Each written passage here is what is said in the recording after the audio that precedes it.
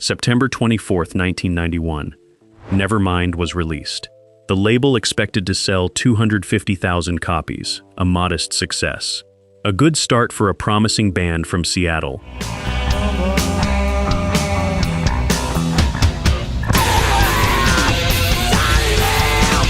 By January 1992, it had knocked Michael Jackson off the #1 spot on the Billboard 200. Not nudged him aside, knocked him off. The most commercially powerful artist on earth, displaced by 3 young men from Aberdeen, Washington, who had recorded their album for $65,000 in a studio where Tom Petty had once worked. Nobody saw it coming. Not the label, not the radio stations, not even Nirvana themselves. Kurt Cobain had written the songs in his bedroom, in his car, on scraps of paper. He had not written them for the world. He had written them because they were inside him and needed to come out. And the world heard them and said, yes, that's exactly it. That's exactly what we feel.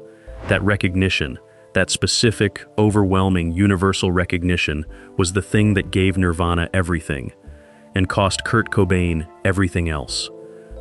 This is the story of Nirvana, the most unexpected explosion in rock history, and the weight that explosion placed on one man who never asked to carry it. Aberdeen, Washington. Kurt Donald Cobain was born on February 20th, 1967, into a working-class family in a small logging town on the coast of Washington state. His parents divorced when he was 7. He was shuffled between relatives. He never quite found a place that felt permanent or safe. He found music instead. By his early teens, he was obsessed with punk rock, the Pixies, the Melvins, Black Flag, the Sex Pistols. Music that was loud and fast and didn't apologize for anything.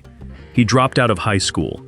He was briefly homeless, sleeping under a bridge in Aberdeen, eating whatever he could find. In 1987, he formed a band with bassist Chris Novoselic. They went through a series of drummers.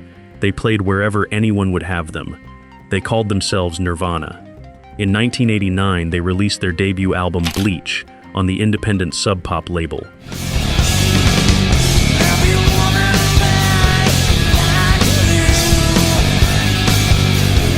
It cost $606.17 to record. It sold modestly.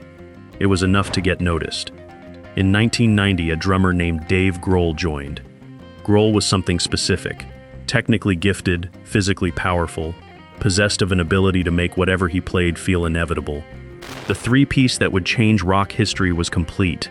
They signed to DGC Records, recorded Nevermind with producer Butch Vig at Sound City Studios in California, and then they waited.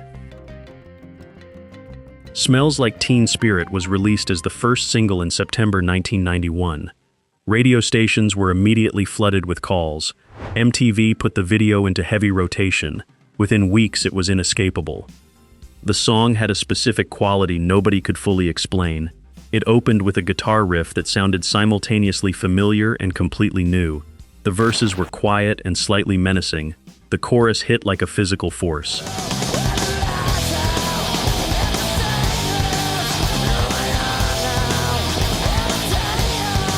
Underneath the noise, lyrics that were deliberately obscure, that meant different things to different people, that gave listeners space to project their own feelings into.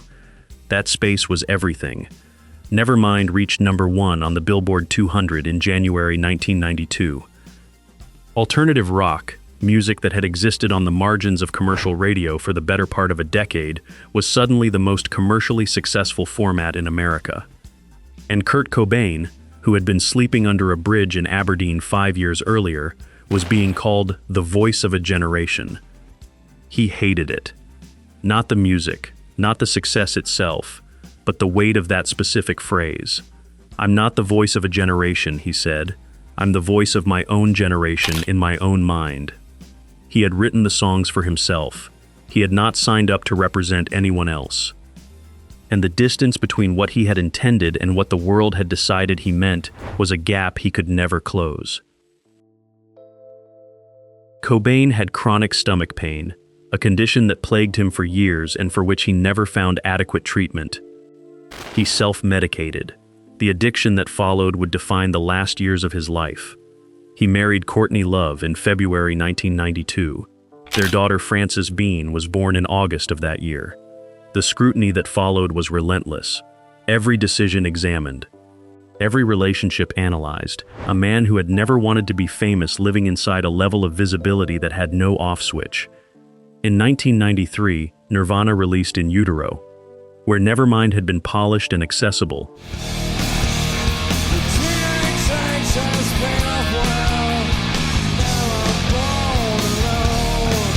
In Utero was abrasive, raw, confrontational. An album designed to challenge the audience Nevermind had built. It debuted at #1 on the Billboard 200. Even the deliberately uncommercial record went to #1. There was no escaping what Nirvana had become. Dave Grohl said later he could see Cobain pulling away during this period, becoming less present, more internal. Chris Novoselic described watching his friend disappear into something none of them knew how to reach. November 18, 1993, Sony Music Studios, New York City. Nirvana performed their MTV Unplugged set. No distortion, no feedback, no wall of amplifiers.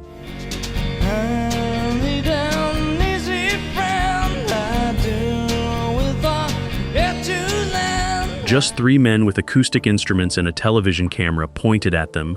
Cobain surrounded the stage with stargazer lilies and black candles, the kind of flowers you see at funerals. The set was heavy on covers: David Bowie, Leadbelly, The Meat Puppets. Light on the Nirvana songs the audience expected. Cobain's voice, stripped of the distortion that usually surrounded it, was revealed as something completely different from what most people had heard before. Fragile, honest, capable of a tenderness the electric records had never quite shown. When he sang "Where Did You Sleep Last Night" at the end of the set, he held the final note until it broke.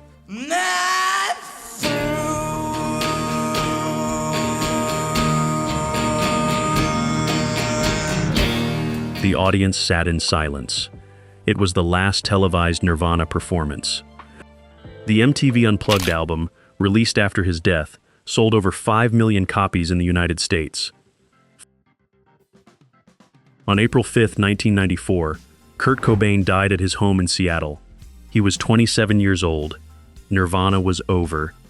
Dave Grohl and Chris Novoselic did not perform together as Nirvana again. What they had built, in Aberdeen basements, Seattle clubs, and recording studios in California, existed for 7 years. 3 studio albums, 75 million records sold worldwide, 1 song that knocked Michael Jackson off the top of the charts. Nirvana didn't end because of a feud. There was no letter, no ultimatum, no firing. Nirvana ended because the person at the center of it was gone. There was no question of continuing without him. No replacement was possible. No reunion was conceivable. Nirvana was Kurt Cobain. The music he wrote about alienation, about not fitting in, about the specific loneliness of being someone the world doesn't have a category for, resonated with millions of people who felt exactly the same way. He was not alone in what he felt. He just couldn't find his way to believing it. Dave Grohl went on to form Foo Fighters, one of the biggest rock bands of the following 2 decades. The music remained. Smells Like Teen Spirit still plays. The MTV Unplugged performance still moves people who see it for the first time. Nevermind is still the album that changed everything. It just couldn't change everything for the man who made it. What's your memory of Nirvana? Drop it in the comments below.